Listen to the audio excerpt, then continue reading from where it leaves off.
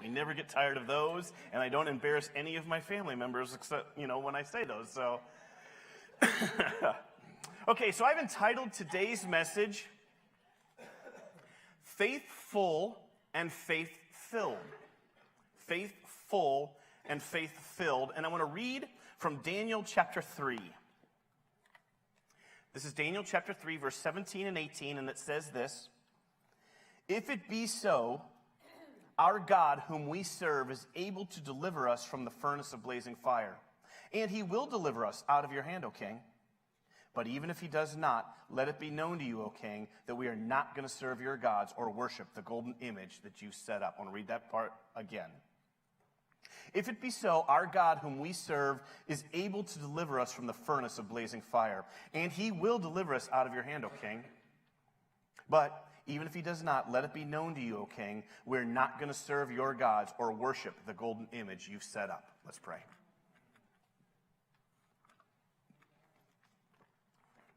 Lord, I'm just so grateful for this body of believers, Lord. I'm just so thankful for people in this room, the people watching on YouTube, Lord. I'm so grateful, Father, for what you are doing in their lives, Father, for your blessing, for your mission, for your purpose, for your great desires for their lives. I want to thank you for sending your Son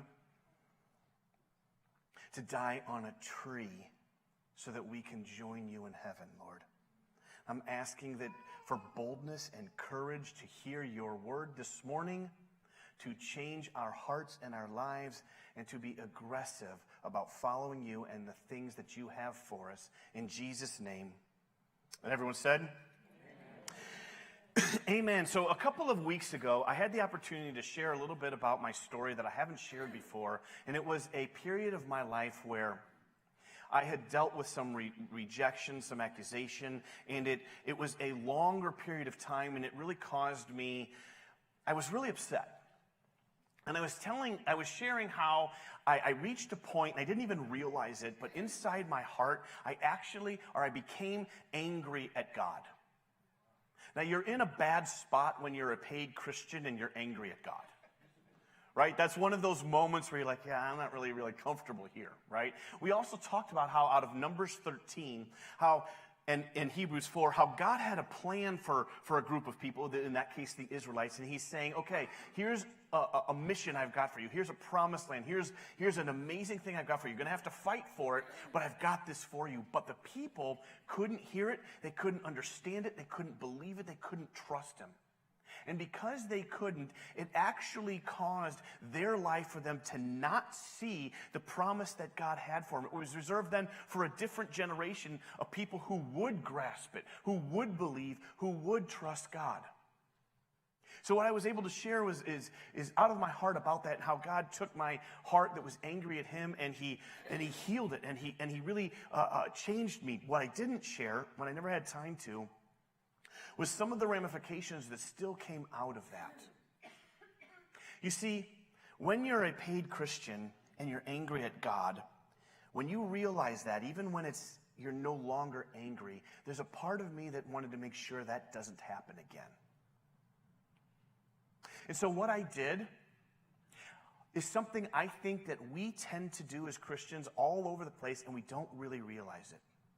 What I did was turn off that part of my heart that looked for him to intervene in the issues of my life on a daily basis. Because if I didn't really look for him to intervene in the issues of my life, then I couldn't be disappointed when it didn't happen. And when I wasn't disappointed that it couldn't happen, then I wouldn't be angry with him. So I turned off that part of me that was really looking for him to get involved, to intervene. That part of me that would ask the question, God, if you're so powerful, and if you're so great, and if you love me so much, then why fill in the blank? That part of me that would ask that question, that ended up angry because my life wasn't looking the way I thought it should look. That part of me, I was scared of that part. I didn't like that part. So I simply turned the switch off. Because if I don't expect him to do much, then I won't be disappointed. And if I'm not disappointed, then I won't be angry. Here's the problem. We learned in Numbers 13 that when you're not engaging in the things that he's saying, in the promises that he's giving, in the mission that he's saying, when I'm refusing to engage, when I'm standing back and saying, I can't trust you, I can't move out in that, I can't hold on to faith that you are going to actually do this, that it actually has a negative effect on your life. And for many of us, we don't actually walk out the plans that he has for us, even though he wants us to, because I'm failing to really grab in trust and faith. So on one hand, I'm struggling with the idea of maintaining a confidence that God's going to move. And on the other hand, I struggle with, if I do maintain that confidence and I don't see it, then I get angry at him. So what do I do? Hence the title, Faith-Filled and Faithful. And we're gonna look at this.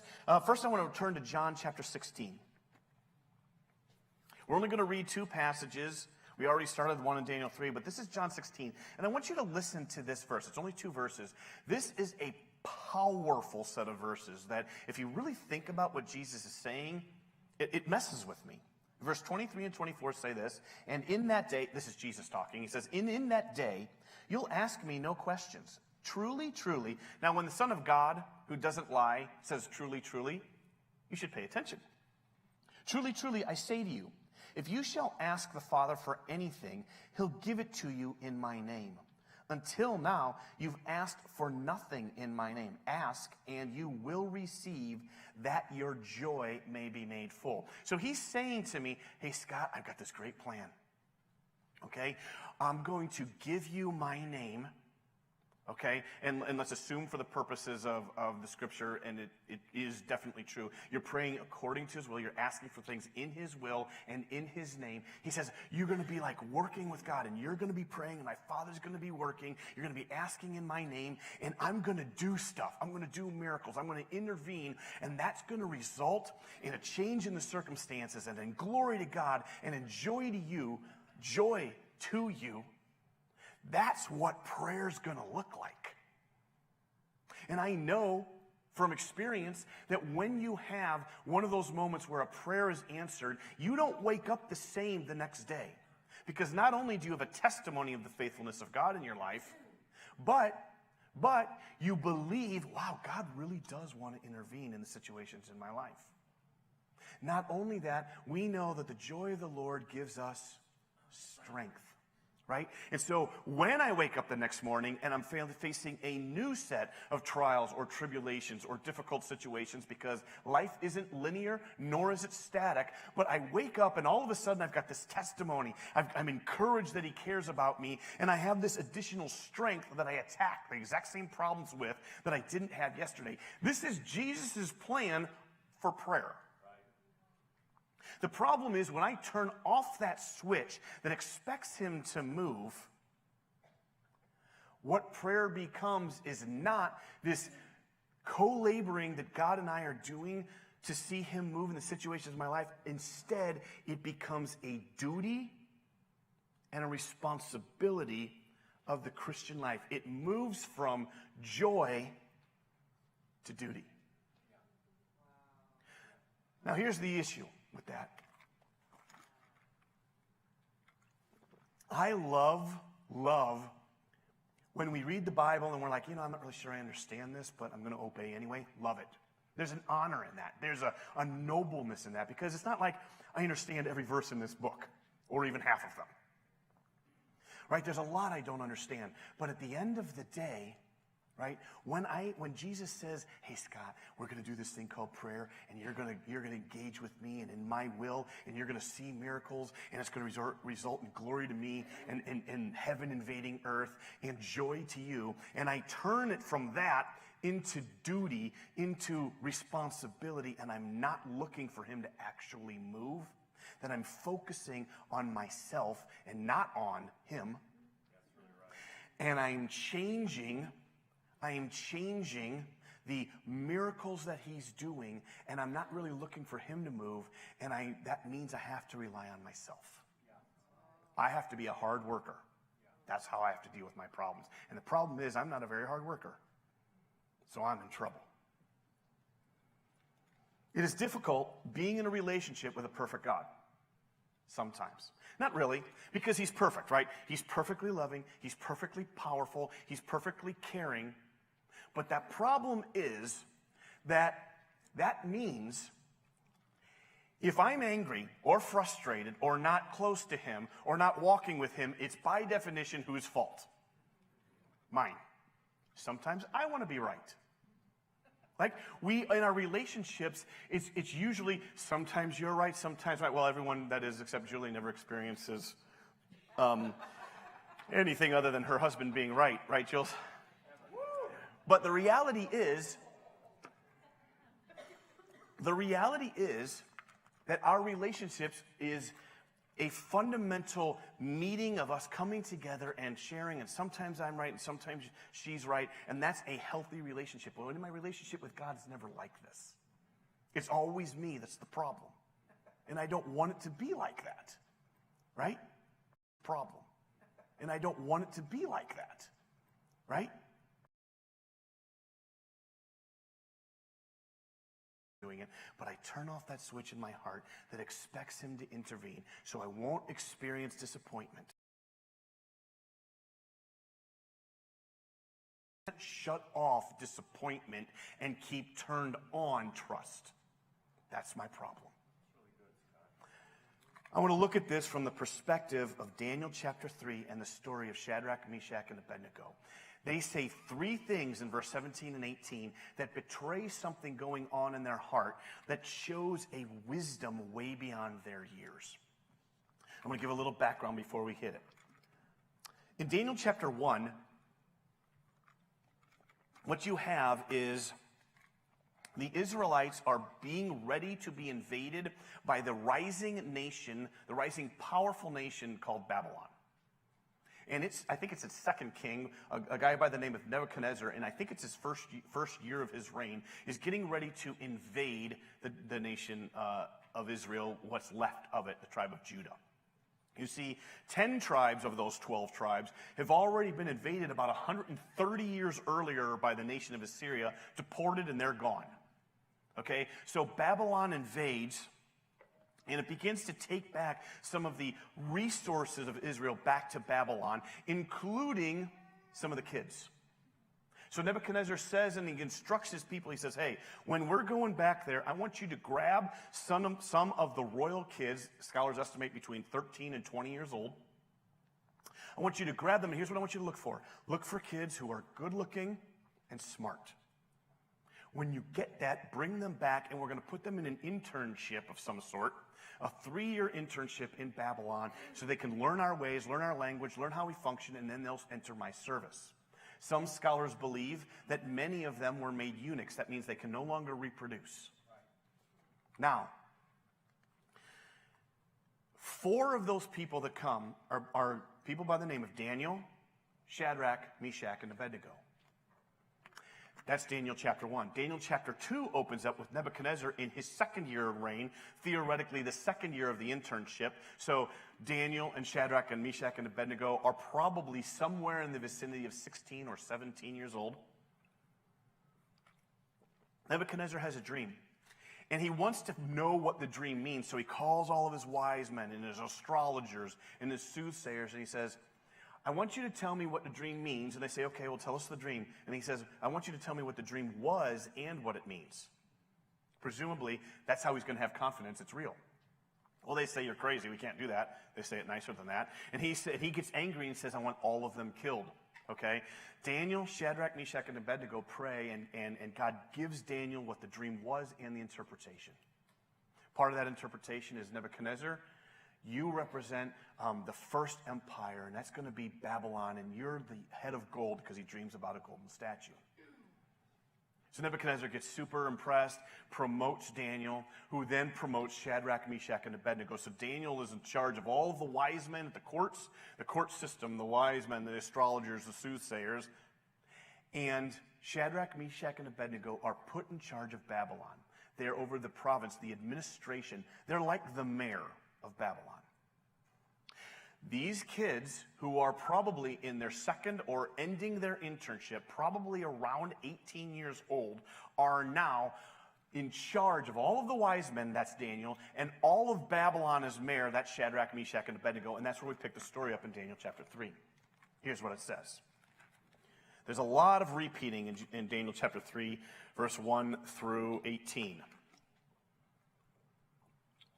Here's what it says. Nebuchadnezzar the king made an image of gold, the height of which was 60 cubits, and its width 6 cubits. Now, when I think of this, I think of a narcissistic king who has just had a dream, part of which was Daniel saying, hey, you're the head of gold. And he probably quits listening after that. Yeah, I am the head of gold. I'm amazing. I can see me doing that. So he builds himself a statue. I wouldn't do that. He builds himself a statue that's 60 cubits by 6 cubits, which is equivalent of 90 feet tall by 9 feet wide. That's a big statue, okay? And it says he puts it in the plain of Dura in the province of Babylon. That is a area that is about 4 miles south of let's call it the big city of Babylon. There's a plain about 4 miles south. He puts this 90-foot tall statue. Then Nebuchadnezzar, this is verse 2, the king sent word to assemble the satraps, prefects, governors, counselors, treasurers, judges, magistrates, and all the rulers of the provinces to come to the dedication of the image that he set up. So all of the rulers and leaders, verse 3. Then the satraps, prefects, governors, counselors, treasurers, judges, magistrates, and all the rulers assembled at the dedication of the image that the king had set up. They stood before the image that he set up. Then the herald loudly proclaimed, to you the command is given, O people, nation, and men of every language. At the moment you hear the sound of the horn, flute, lyre, trigon, whatever that is, psaltery, whatever that is, bagpipe, and all kinds of music, you're to fall down and worship the golden image Nebuchadnezzar set up. But whoever doesn't fall down and worship shall immediately be cast into the midst of a furnace of blazing fire. At that time, all the people heard the sound of the horn, flute, lyre, trigon, psaltery, bagpipe, and all kinds of music. All the people, nations, and men of every language fell down and worshiped the image. Verse 8. For this reason, at that time, certain Chaldeans came forward and brought charges against the Jews. They responded and said to Nebuchadnezzar the king, O king, live forever. You yourself made a decree that every man who hears the sound of the horn, flute, lyre, trigon, psaltery, bagpipe, and all kinds of music, is to fall down and worship the golden image. But whoever does not fall down and worship shall be cast into the midst of a furnace of blazing fire. There are certain Jews whom you've appointed over the administration of the province of Babylon, namely Shadrach, Meshach, and Abednego. These men, O king, disregard you. They don't serve your God or worship the image which you've set up. You can even understand this, right? The Chaldeans or the Babylonians who last month were in charge. And today, teenagers from a foreign land of Judah have now been promoted to head of the wise men and the mayors of the province of Babylon. They're probably ticked. Not only that, he makes a decree that they ignore. Why do they ignore it? At this point, the Israelites have the 10 commandments, and one of the commandments is, you shall not worship any other god. Let's pick up the story. Verse 13. So Nebuchadnezzar is in rage and anger, gives order to bring Shadrach, Meshach, and Abednego. Then these three were brought before him. The king responded and said to them, is it true, Shadrach, Meshach, and Abednego, you don't serve my gods or worship the image I set up? Now if you're ready, at the moment you hear the sound of the horn, flute, lyre, trigon, psaltery, bagpipe, and all kinds of music, if you fall down and worship the image that I've made, very well. In other words, he's about to give them another chance. But if you will not worship, you'll immediately be cast in the midst of a furnace of blazing fire. And what God is there who can deliver you out of my hands? Shadrach, Meshach, and Abednego answer and say to the king, O Nebuchadnezzar, we don't need to give you an answer concerning this. They get kind of sassy, right? We don't even need to give you an answer. And this is where they say, verse 17 and 18, and locked in these two verses is three things that's coming out of their heart that I really want to focus on. If it be so, our God whom we serve is able to deliver us from the furnace of blazing fire, and he will deliver us from your hand, O king. But even if he does not, let it be known to you, O king, that we are not going to serve your God or worship the golden image you set up. What's the first thing? First thing is verse 17. He says, if it be so, our God whom we serve is able to deliver us from the furnace of fire. So Nebuchadnezzar starts off by saying, what God is there that can rescue you from my hand? And their response is, our God is able. Now, I suspect that most of you already have that. If you believe there is a God, you probably believe that by definition of being God, that he's able to handle the affairs of men. If I said to each and every one of you, do you believe that God could handle the situation between Ukraine and Russia today, you would say, yeah, sure. If I said, do you believe that God could handle the pandemic today, you would say, sure. I was reading in the news today that there's something going around called monkeypox. That sounds super weird. If I said to you, do you think God could handle the monkeypox, you would say, sure. We believe that God can do it.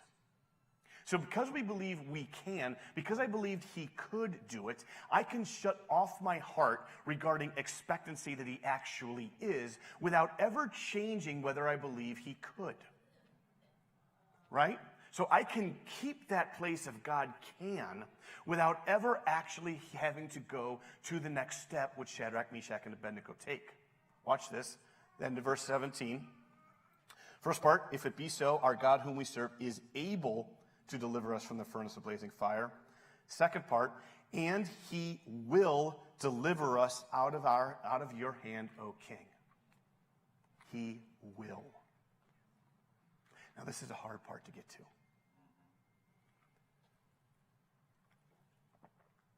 He will.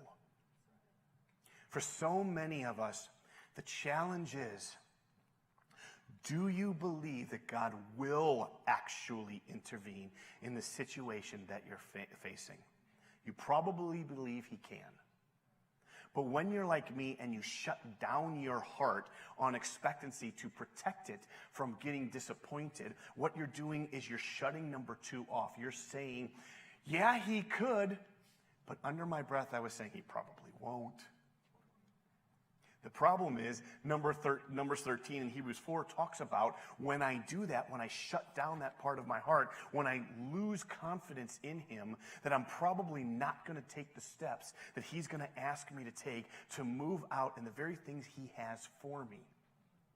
So when Shadrach, Meshach, and Abednego, who remember are probably about 18 years old at this point, say, he will deliver us out of your hand, O king, understand that what's coming out of their heart is not only he is able, but he will. So I don't know if they had a dream a few nights earlier that God was saving them from a fire. I don't know if he spoke to them in their private Bible reading time. I don't know if they had a prophetic word 10 years earlier that someday I see you wandering around in the middle of a fiery furnace. I'm not sure. What I know is it says that they were clear, they were confident that God was going to step into their situation and he was going to deliver them. This is a hard place for me to sit. Even when I'm confident that it's his will, it feels unsettling. It's opening up my heart to amazing miracles and disappointment. And that's where we struggle.